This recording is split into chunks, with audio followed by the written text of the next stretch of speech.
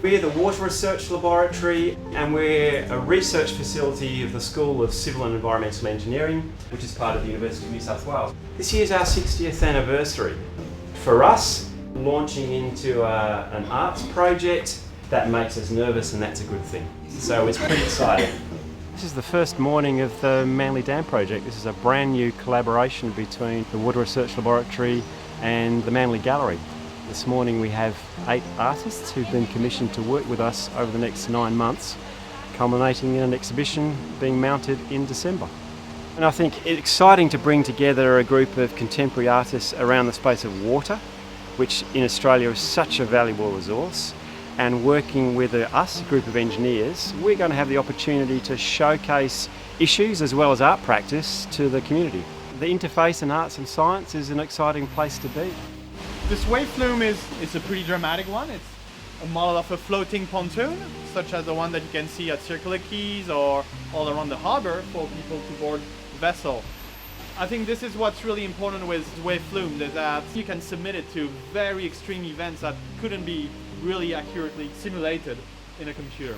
It's a really exciting experiment and the artists are excited and we're just at the beginning of the journey.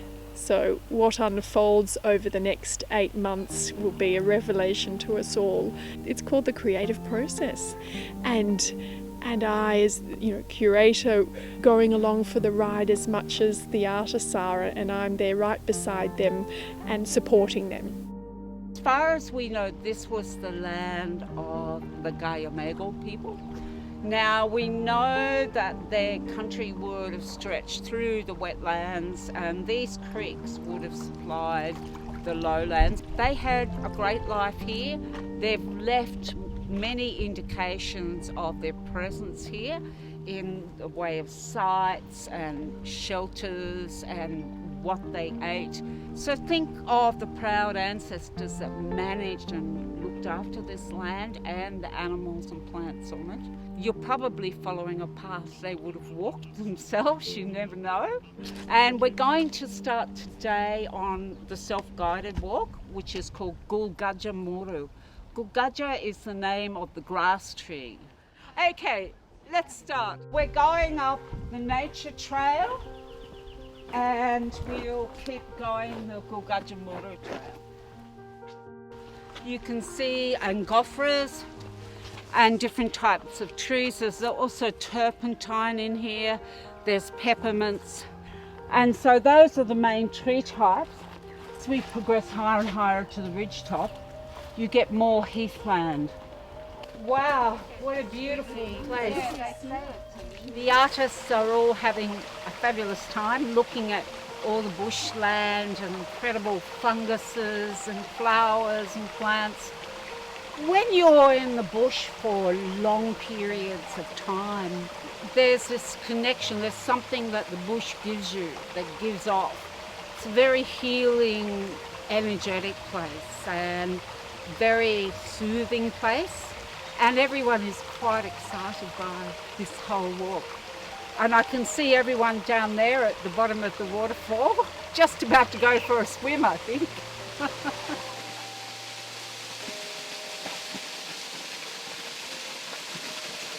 As an artist, it's imperative to immerse yourself in the energy of the place. This is my first visit here to Gulgadya country, and when you get into a waterhole, it takes you close to the essence. You feel the yabby bubbles in the back of my neck. It's important for all of us to visit this place as a group because we're going to interpret things in different ways, and having a unison here with our party is a lovely thing because underlying common denominator is the beauty of this place and the beauty of the bush and just the essence of the spirit of this land here. The water is the mysterious element, but I think the other thing that's really struck me today, as our guide was telling us, is to think about the histories of the place and the social stories that aren't being told. They're not my stories, but I think it's really important for me to listen to them. I feel like I'll be taking a piece of this place with me and developing it from a faraway place. This facility is world class. It's ranked 12th in the world. It's ahead of Stanford University, for example. It's incredible what they're doing. I'm really going to go and listen to the scientists, the water engineers. They're doing three-dimensional modelling with wave flumes, and so they look at the impact of, say, ocean waves coming in as they draw closer to the landform and what that means. I kind of have floating in my head the changing line of coastline. I'm just going to listen to them and observe what they do. When I'm starting a project like this, I allow the place and the location to inform the type of work that I make. The engineers and the artists have come together really nicely. It's exciting because there's a shared interest in environment, working with water, and bringing scientific knowledge into it anchors what I'm going to do, I think. Here is where we've set up our community beach monitoring program.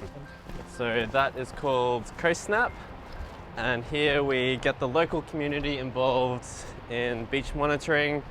It's not a question of the artists wanted to become scientists or the scientists want to become artists, but I think if you can somehow make a creative work which is effective emotionally and aesthetically, but also from a scientific point of view that has some kind of utility, some sort of takeaway in a scientific sense, that maybe this is a way of thinking about data that's slightly unusual, it's not been thought about before. It gives a different insight into something they might be working with every day. You can find a third way. You got the whole beach? Yep, fantastic. that looks perfect. And so I'm just going to upload that to the website. Water is precious and it's been highly impacted by climate change, and because we live in a country where there's not enough water, I mean, you can just see what's happening in the Murray-Darling and how people are grabbing for water. It's a commodity and it has a relational quality that can only be part of this project. I can't imagine doing anything without that kind of understanding of it. My practice is really with printmaking, so I anticipate print, but the content is still to be revealed. It's swimming around in my head. So I think we're all part of the water cycle, and I'll be thinking about that as well as the layers on top of that and in the water itself.